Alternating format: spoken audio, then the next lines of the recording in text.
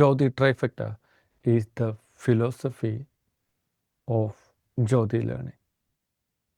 Trifecta means three things coming together to determine the success. Think about Trinity or Triad. Imagine this triangle with corners 1, 2, and 3. Corner 1, we could put maybe strategy. Corner 2, mindset. 3 is environment. The meaning of strategy is how do we do certain things. For example, if you want to go to London, you go by train. If you want to go to India, you go by plane. You don't normally go by car or train because it takes too long to reach that distant place. And if you want to go to moon, will you go by plane? You need a different vehicle. So depending upon where you are going, you change the plan, you change the strategy. So the starting point actually sits at the very center, and that is the goal, destination, goal. Depending upon the goal, depending upon the destination, we change the strategy. So in strategy for teaching, we have, these are the elements: conceptual clarity. Number 2 is problem solving practice. Number 3 is personalized learning. Number 4 is rehearsals or performance practice.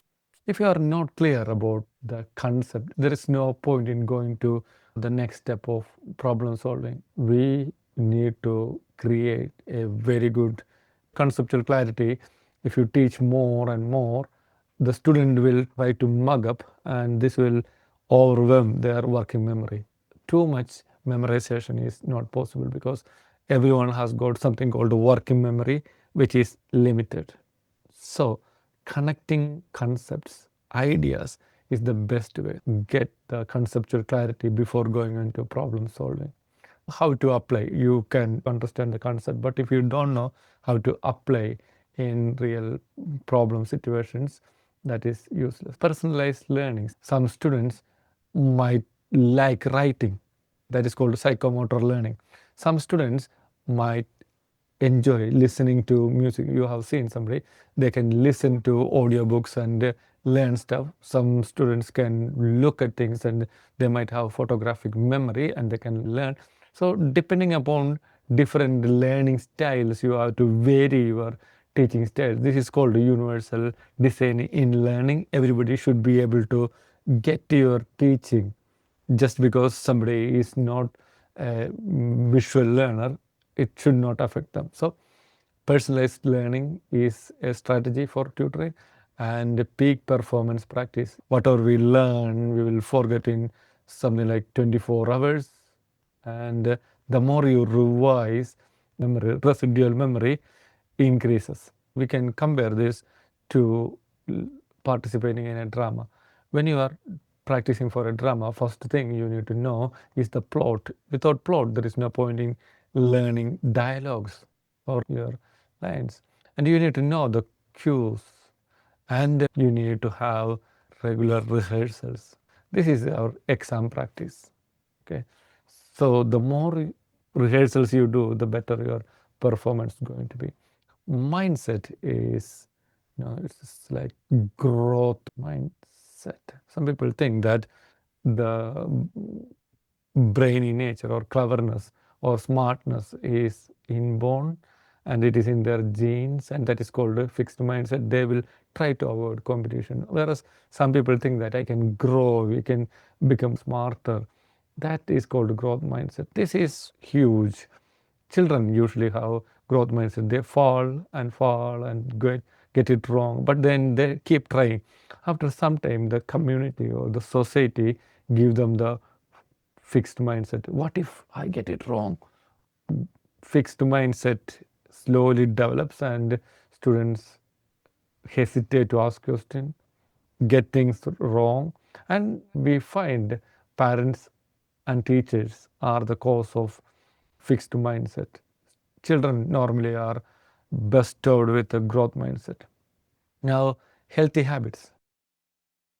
It's like brushing your teeth every day. Nobody is excited about going and brushing your teeth every day, but everyone does it because we want to avoid sitting in front of that dreaded person with white coat with a drill going into your teeth. We don't want it. Society has made you practice some healthy habits, brush your teeth every day after food.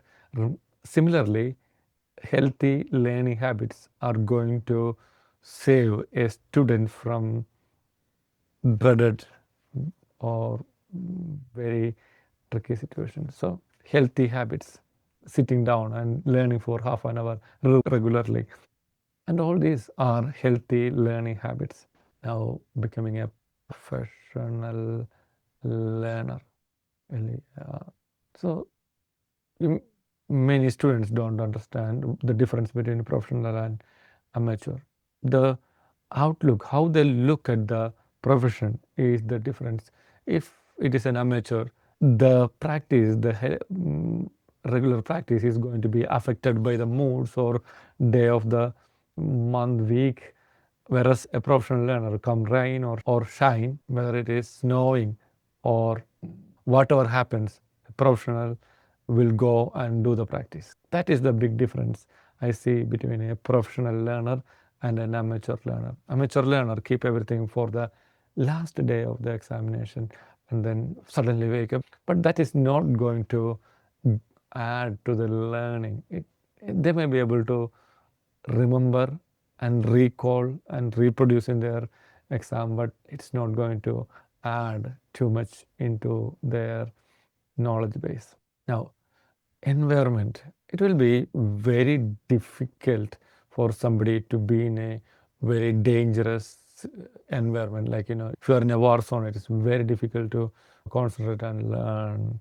If you have a difficult family setup, very difficult to get strategy, mindset, goal, etc. You may be trying to get by day to day. Now, the next one is supportive company. Supportive peer group is the most important and most underlooked one. If you happen to be in a very competitive peer group, you will also think that, yeah, I need to get along with everyone else, and that will drive your progress. Suddenly, you will have better mindset, you will have a goal, you will have a strategy, everything will come up. It's like keeping seeds in a jar. You can keep them for any number of years. It won't sprout. You keep it in a very good germinating environment, give it water, some nutrients, sunlight, and it will sprout. A tutor should be able to identify or ask a student whether they are in a good company or bad company. If they are not enjoying the company, we should take actions. And students like competition when they are able to compete. They will avoid competition if they are not able to compete. So in a group setting, if the group is too slow, the student gets bored. If the group is too fast, they get scared. So we need to exercise judgment whether the environment is right or wrong. So you can see all these are again related with the goal and with each other. Strategy. If you have good mindset, good environment, and if you do not have a good strategy, your strategy is just memorizing stuff, it's not going to work. You have a good strategy, but you do not have a good growth mindset, it's not going to work.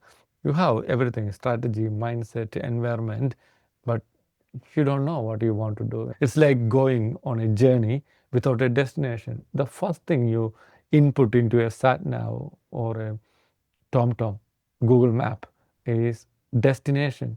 First thing is destination. Second thing you put is current location. So current state, future state. These two are to be connected. This connection is what we do in tutoring. We try to help students to reach from A to B in the shortest possible time. They might be able to reach there in their own time, but we are trying to cut short their time and making sure they are successful. That is the essence or secret of a successful tutor. So with that, I hope you will be able to appreciate the philosophical compass of Jothi learning. Everything else is built on top of Jothi Trifecta. You should be able to analyze each and every student's action or every learning or teaching action through this philosophical paradigm.